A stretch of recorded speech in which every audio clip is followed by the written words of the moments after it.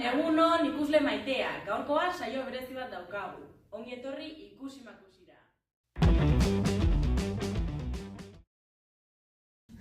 Gaurkoan, berriz ere, Nara eta Marte etorri zaizkigu, eta hau ikusle jarraiak baldin bazarete, jakingo duzue zeintzu dian. Baina, bueno, aurkeztu zuen burua, mesedez. Gu Marta eta Nara gara, Gasteiztarrak, oso lagun mina, eta irabazten baldin badugu, New Yorkera egingo dugu bidoi bat. Oso ondo, eta B taldean ditugu Marina eta Andrea. Gu Marina eta Andrea gara, aizpak, orduinakoak, eta irabazten baldin badugu, eskotiara dengo gara. Gaurkoan bidaiaria ditugu orduan. Hasiko gara lehenengo galderarekin. Baina lehenik eta behin esan behar da, Euskaraldia dela gaurko gaia. Lehenengo galdera, noiz hasiko da Euskaraldia? A. Abenduaren batean, B. Azaroak 23, ala C. Azaroak 26. Marina eta Andreak asmatu dute. Hain zuzen ere, azaroaren 23an izango da Euskaraldia. Egun irauten ditu Euskaraldiak. A. 5, B. 10, C. 11 eta D. 12. Oso ondo, arrazoia duzue, biak asmatu dezute, 11 eguneko iraunaldia edukiko du, eta beraz azaroaren 23tik abenduaren 3 izango da. 3. Non sortu zen ideia?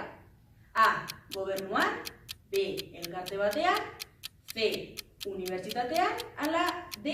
Ikastola batean.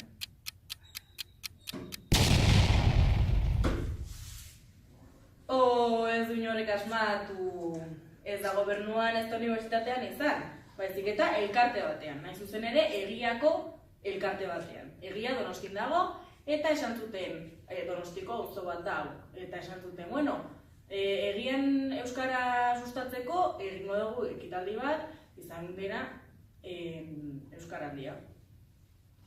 Eta, laugarren galdera, pixka bat zailagoa dena, zenbakiekin hasiko gara.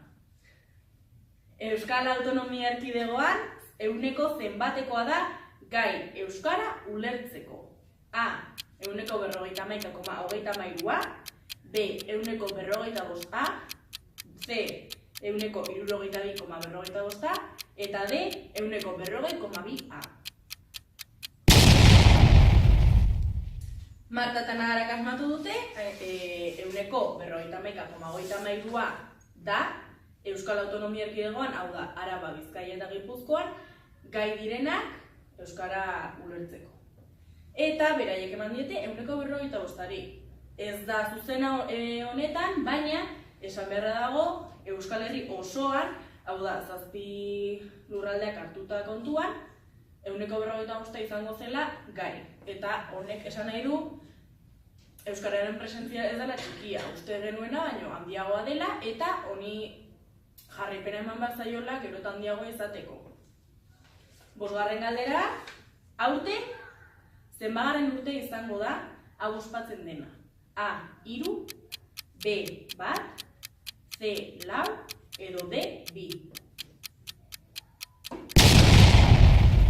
Hori da Marta eta Nahara, 1. Lehenengo urtea da hau ospatzen dena. Beste urteetan pentsatzen joan dira, baina ez da burutu. Hau izango da Euskaraldia, Euskal Herri mailan lehenengo aldia izango da hau ospatzen dena. 6. galdera, nola identifikatu parte hartzaileak? A. Pin batekin, B. Zanpi batekin, ala C. Eskumuturreko batekin. Pin batekin, oso ondo biak asmatu dezute, orain 7. galderarekin hasiko gara.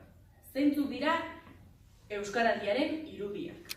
A. Belarria eta mingaina, B. Belarria eta hoa, C. Bi pertsona.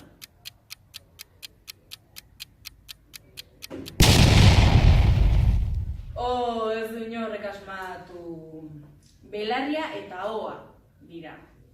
8. galderak dio, zer da ahobizi izatea? A. Euskara dakitenei euskaraz hitz egitea, B. Denei euskaraz hitz egitea, C. Ahal dudanetan euskaraz hitz egitea. dute euskara dakitenei euskaraz hitz egitea delako. Hau da, euskaraz joan behar zara, zuk bali badaukazu, hau bizi txapa, joan behar zara norbait hitz egitea edo zerbait daukazunean euskaraz egin behar duzu lehenengo hitza, baina gero pertsona honek ez bali badaki euskaraz, beste hizkuntza batean hitz egin dezakezu. Gauza ez delako besteak ez ulertzea zuk esaten duzuna, baizik eta dakitenekin euskaraz komunikatzea. 9. galderak dio, nortzuk dira euskaltzale eragileak? A.